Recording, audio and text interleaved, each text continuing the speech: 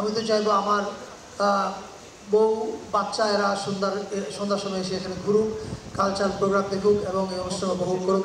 আমাদের নিজের জিনিস, নিজের পোশাক, নিজের সংস্কৃতি, নিজের ভাষা, নিজের খাদ্য, এটা নিয়ে আমাদের একটা প্রাগৈতিহাসিক সংশয়, অথবা যদি আমি ছাঁচা ছোলা ভাষায় বলি, এক ধরনের হীনম্মন্যতা ছিল একসময়।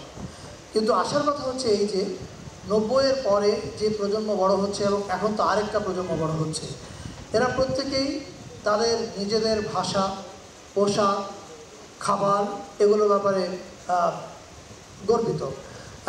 আমি আমার কথার রেফারেন্সে একটা জিনিস আপনাদের খেয়াল করে দিই, তাহলে বুঝতে পারবেন। আমি বা আপনারা যখন দেশের বাইরে যান দেখবেন যে ইন্ডিয়ান রেস্টুরেন্ট, কিন্তু আসলে ভিতরে গিয়ে দেখি যে এটা বাংলাদেশি রেস্টুরেন্ট।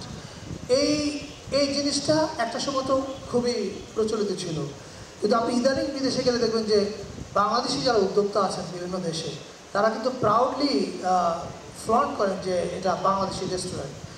আমি বাংলার ভোজ এই অনুষ্ঠানটা যারা আয়োজন করেছেন, এটার সাথে যারা জড়িত আছেন, তাদের সবাইকে ধন্যবাদ জানাতে চাই। পাশাপাশি এটা বলতে চাই যে বাংলাদেশে এটা আয়োজন করা ডেফিনেটলি একটা দারুণ উদ্যোগ। আমি তো চাইবো আমার বউ বাচ্চা এরা সন্ধ্যার সময় এসে এখানে ঘুরুক, কালচারাল প্রোগ্রাম দেখুক এবং এই অনুষ্ঠান উপভোগ করুক। আপনারা আপনাদের আত্মীয় স্বজনকে আসবেন, বলতে আসবেন। কিন্তু আমি বাংলার ভোজের পেছনে যারা আছেন তাদেরকে ধন্যবাদ জানিয়ে একটা কথা বলতে চাই যে আপনারা এই ফেস্টিভ্যালটাকে বাইরে নিয়ে যান, মেক ইট ইন্টারন্যাশনাল। এটা নিউ ইয়র্কে করেন, এটা টরন্টোতে করেন, এটা লন্ডনে করেন, এটা সিডনিতে করেন, এটা দুবাইতে করেন।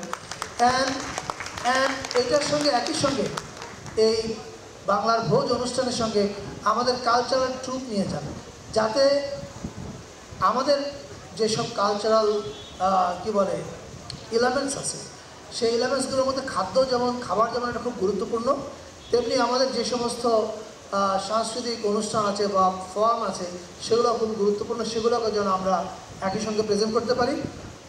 আমাদের সংস্কৃতি মন্ত্রণালয় আপনারা জানেন এটা খুবই ছোট একটা মন্ত্রণালয়, এটা একসময় প্রায় মৃত মন্ত্রণালয় ছিল। আমরা এখন এটাকে জাগিয়ে তোলার চেষ্টা করছি।